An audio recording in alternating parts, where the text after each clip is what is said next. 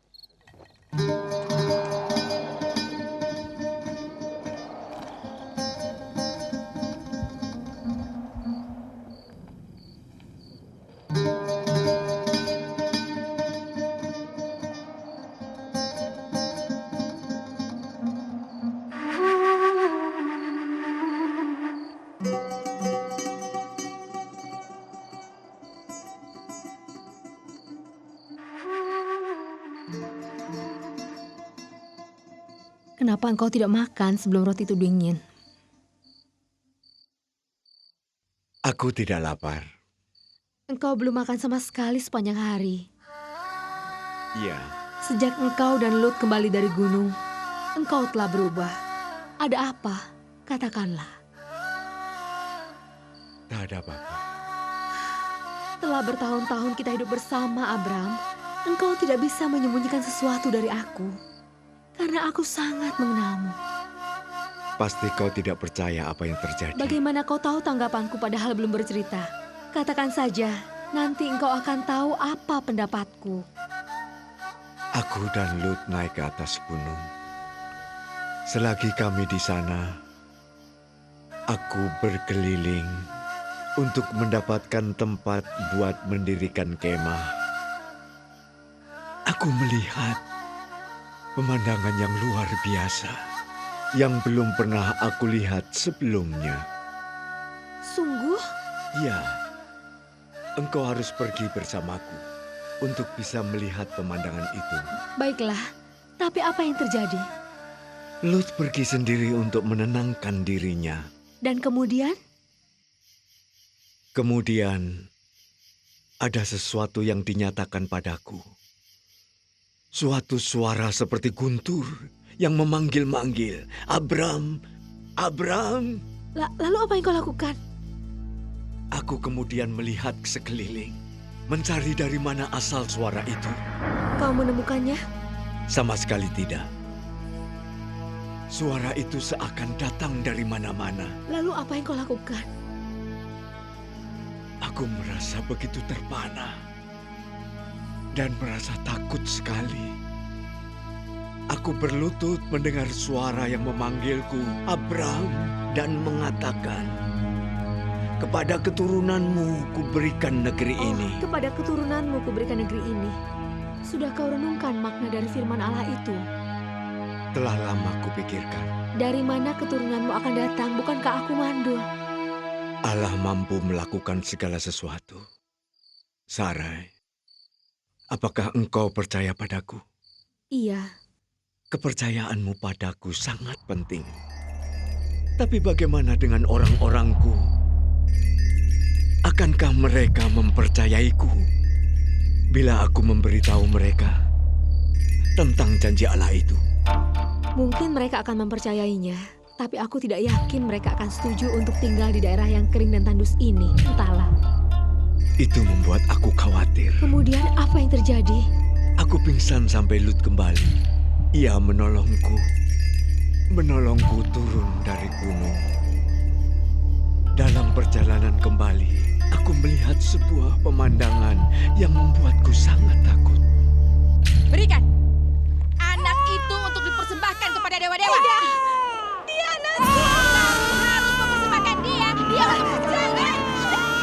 Berikan dia kembali padaku. Hanya ini satu-satunya cara untuk memuaskan dewa-dewa. Anakku satu-satunya. Aku mohon, jangan lakukan itu.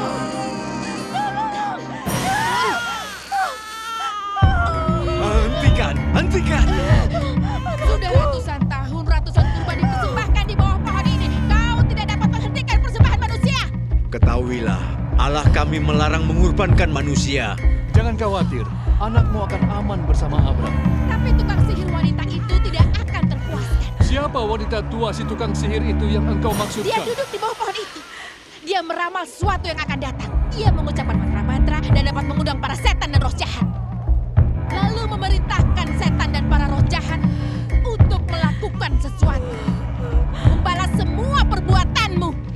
Sudahlah, ayo. Kau pasti dikutuk. Pasti dikutuk. Dendamku pasti terbalaskan. Terbalaskan. Aku sangat takut dengan apa yang sedang terjadi, Abram. Jangan takut, Sarai, karena Allah bersama kita.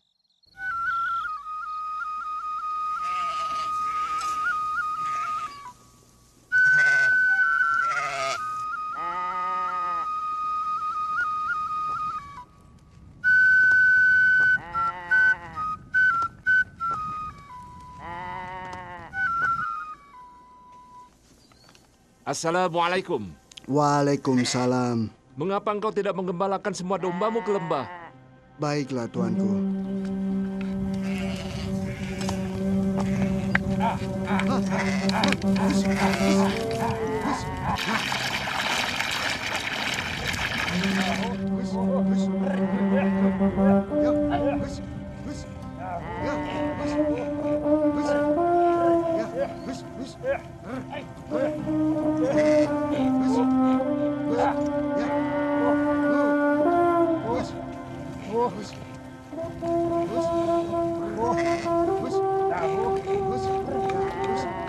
Paman, air yang kita punya sudah hampir habis, Paman.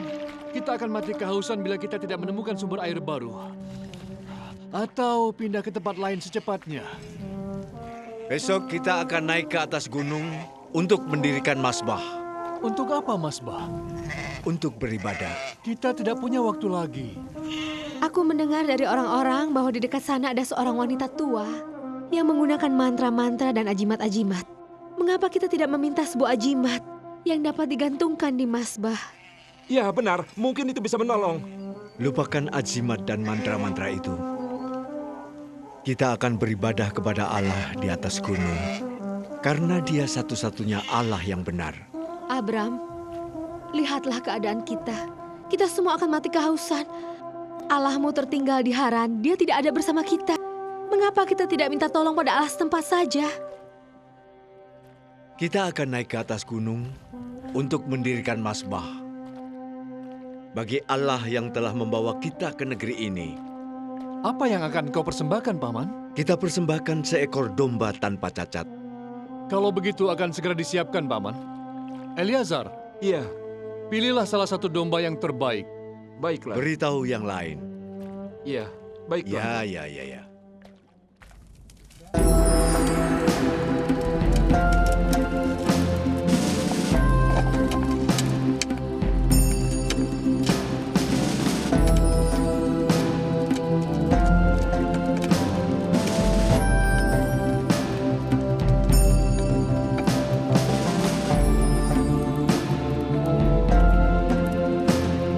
Inilah tanah yang Allah janjikan kepadaku dan kaumku. Tanah inikah yang Paman maksudkan? Bahkan burung pun pergi. Karena air sudah tidak ada. Semua orang pergi dari sini menganggap tanah ini dikuasai oleh roh jahat. Paman pernah bertanya kepada Allah mengapa memberikan tanah kematian ini? Hingga menganggap penting tanah yang tandus, yang penuh kesia-siaan ini? Kekeringan ini akan segera berlalu, dan segala sesuatu akan kembali seperti sedia kala. Orang tua itu mengatakan bahwa biasanya tanah ini penuh dengan pepohonan dan buah-buahan. Bagaimana mungkin kita bisa hidup di tanah seperti ini, Paman? Tempat ini akan membunuh kita semua nantinya. Kita akan menggali sumur. Aku yakin Allah akan memenuhi segala kebutuhan kita. Suara Allah begitu jelas ketika Dia berfirman kepadaku, kepada keturunanmu, Abram, akan kuberikan negeri ini.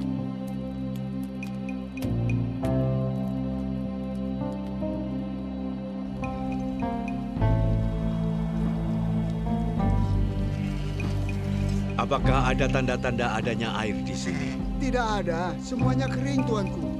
Gali saja terus sampai menemukan air. Iya, akan kami gali terus. Lanjutkanlah menggali. Baik tuan.